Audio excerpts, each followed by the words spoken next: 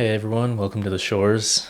First Brighter Shores related video. I haven't done a good job of recording clips, so it's just going to be a bit of a ramble. But having a hard time trying to consolidate my thoughts on the game in a concise and listenable way. So this is take, I don't even know at this point.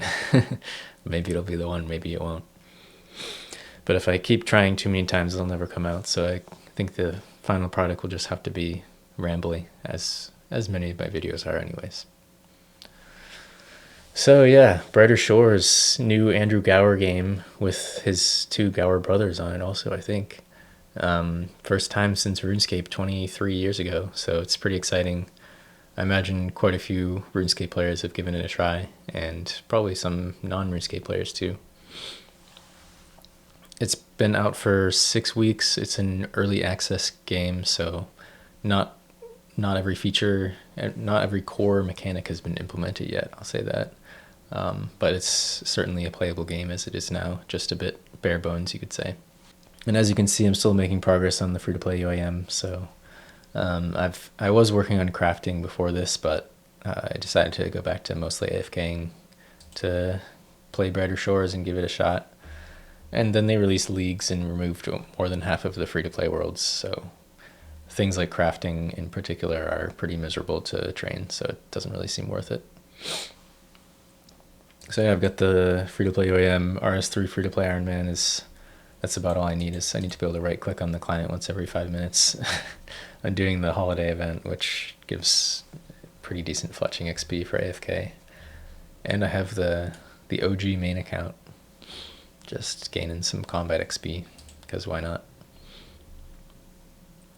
But this video is about Brighter Shores, so let's talk about it a bit.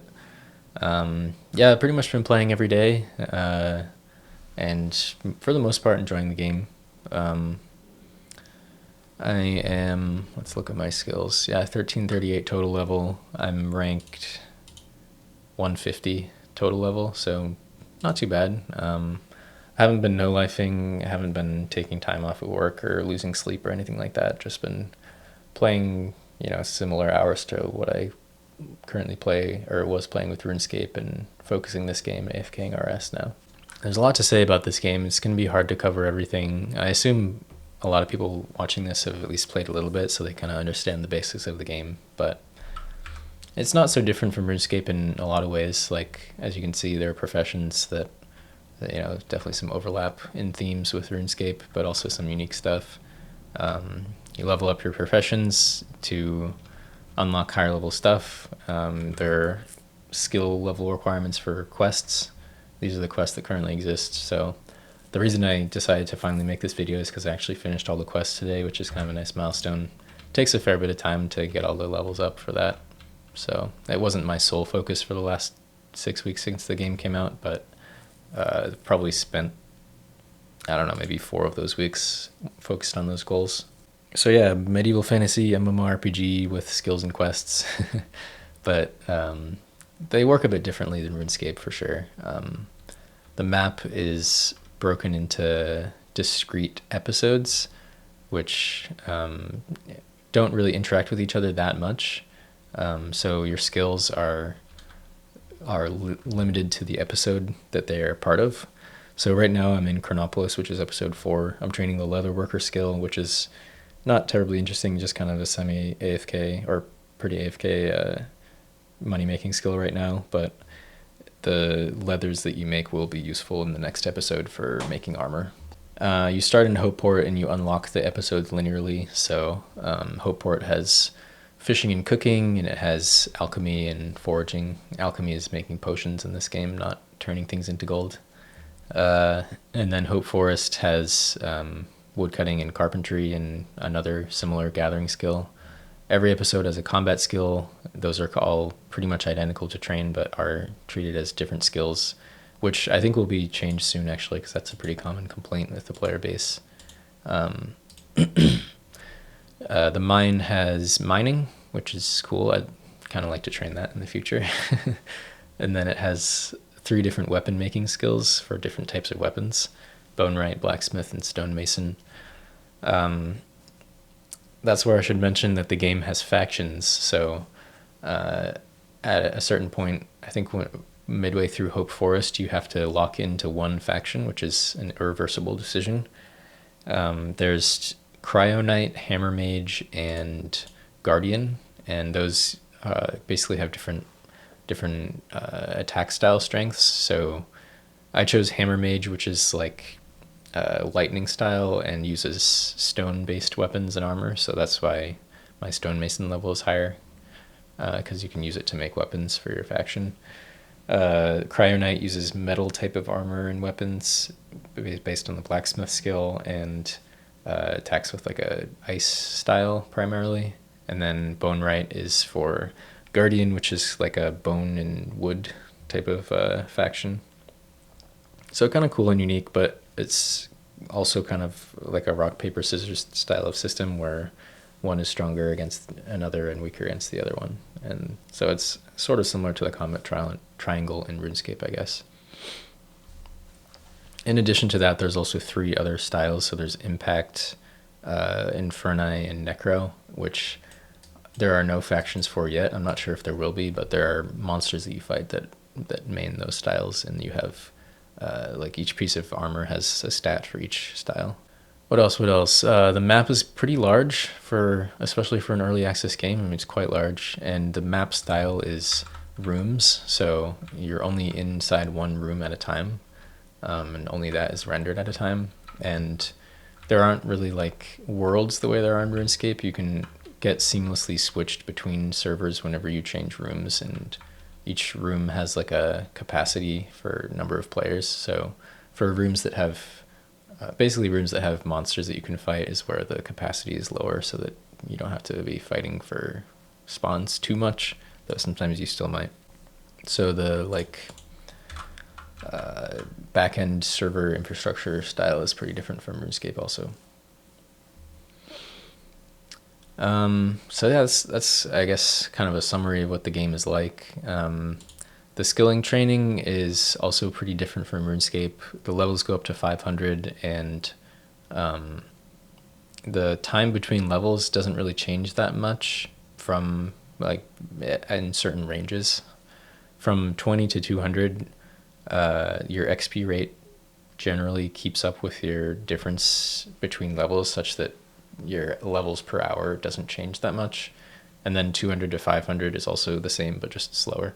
And the game has a system called knowledge, where for every skilling action you perform, you gain a bit of knowledge. And when your knowledge bar fills up, you can use it on, actually I can bring it up. So you can use it on, you can get XP in any skill, you can get some money, or you can unlock passive training methods, which are ways to train when you're logged out for pretty low XP.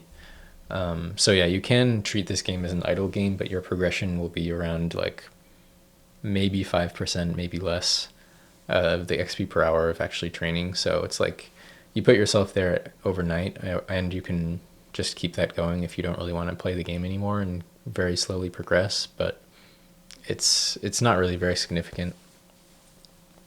What is more significant is the fact that you can use the knowledge points on experience in any skill. So you can effectively skip a lot of levels and skills that you don't like, which is an interesting thing to do. I think it's not such a bad thing because some of the skills are kind of boring, but I think if all of the skills were good and high quality, then I don't know if I would like that system as much. So what I've done in the game so far has mostly been leveling for quest requirements, and then oh good, I'm getting ragged. This is what happens when leads come out. You get crashed at freaking table bongs. It's crazy. What was I saying? I've mostly just been working on quest requirements and also training merchant and leatherworker and these Chronopolis skills. Merchant, I think, is the most interesting skill to train. It's kind of like basically like door dashing, I guess. Like you can get 6 tasks to buy something from one shop in this big map and bring it to another shop, and you have 6 at a time. So it's kind of always thinking on the fly because there's a ton of different possibilities of what you can get, and it makes it pretty interesting. It's sort of like Brimhaven if it was a lot more complicated and had a lot more possibilities. So I like that skill a lot. And then the skill now I'm doing Leatherworker, AFK Money, and these two are also pretty AFK, so I've been doing those two.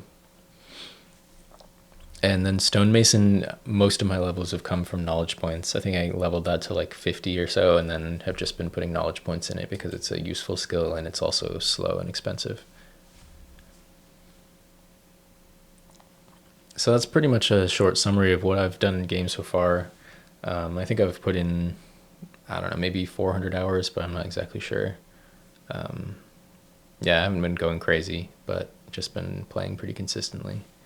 So to give my opinion on the game, I think that in its current state, it's not amazing and not a game that I would play long term, but it's an early access game, and I'm very much approaching it as an early access game. And so I think that the foundation of the game is really solid, and I think for what it is as an early access game, it's great and has enough potential in my eyes to be worth playing.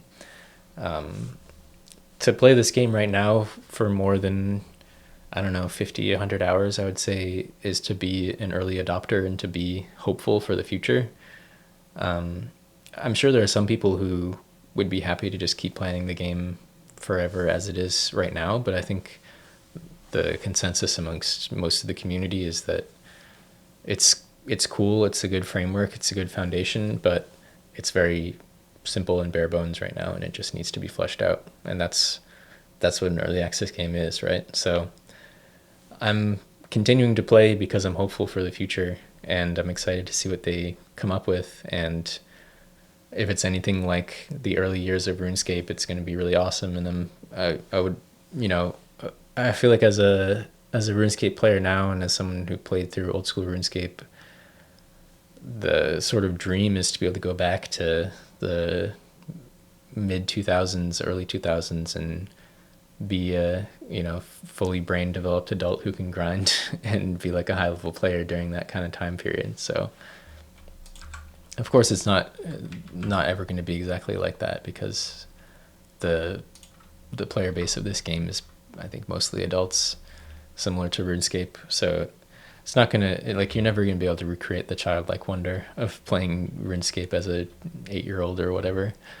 But still, to be a high level player in a new early game, to be at the forefront and to be able to play through all the new content at a high level, just sounds cool to me. So I want to have that opportunity. So I'm gonna keep giving the game a shot, and I'm really excited to see what the future holds. Basically, what they've done so far is just a lot of QoL bug fixes, minor changes. They've been very responsive to player feedback. There are multiple updates every week. The first week or two was pretty much daily updates, which is kind of insane. So I feel like the team is very dedicated and in touch with the community. But also I feel like and hope that, unlike old school RuneScape, they will kind of take the lead a bit more and make good decisions, basically. Like, I think the polling system in RuneScape doesn't always serve the quality and integrity of the game. I think it's kind of up to the developers to maintain that. And right now I have faith in the Gowers to do that, because I think that they did a pretty good job of that in earlier RuneScape. So yeah, that's kind of my feelings towards the game. I'm going to keep playing because I think it's pretty fun, and I think it will be really fun in the future. I hope it will be really fun in the future. And so I'll be giving it more of my time for sure. But yeah, I'm in this game, I'm a hopeful early adopter, I think, and maybe that'll pay off, maybe it won't. We'll see. You can't say for sure, but I think to have hope in the future of a game is a nice feeling, and it's kind of a change from what I'm used to in RuneScape, because of course I still think that old school RuneScape is a great game, but to enjoy the game to the fullest and how I like to approach the game, I have to relegate myself to a pretty limited portion of the game. And in this game, I hope to be able to fully enjoy and experience the entire game while also having a dev team that treats it with the respect that I think it deserves. So that's what I got. Thanks for watching / listening. Hope you found it interesting. Let me know your thoughts. Let me know if you've tried the game and how you're feeling about it. And yeah, happy holidays. I'll probably see you guys again in a few weeks on this channel because I'm planning to make a free-to-play Ultimate Iron Man end-of-year progress video similar to what I did about a year ago. So we can look at the recap of the year and see what kind of progress I've made. So stay tuned for that. Enjoy your holidays. Take some time off, and I'll see you all again soon.